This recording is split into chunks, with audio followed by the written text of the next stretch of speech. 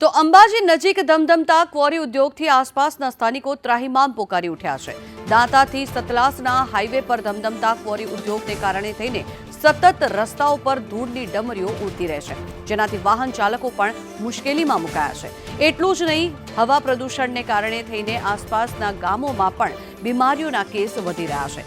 Cancer જેવી ગંભીર બીમારીઓનું પ્રમાણ વધતા લોકોમાં હવે રોષ જોવા મળી રહ્યો છે। ત્યારે સ્થાનિકોનું કહેવું છે કે આ અંગે તંત્રને અનેક રજૂઆતો કરવામાં આવી છે, પરંતુ કેટલાક અધિકારીઓ અને સ્થાનિક નેતાઓ ક્વોરી માલિકોને છાવરી રહ્યા છે।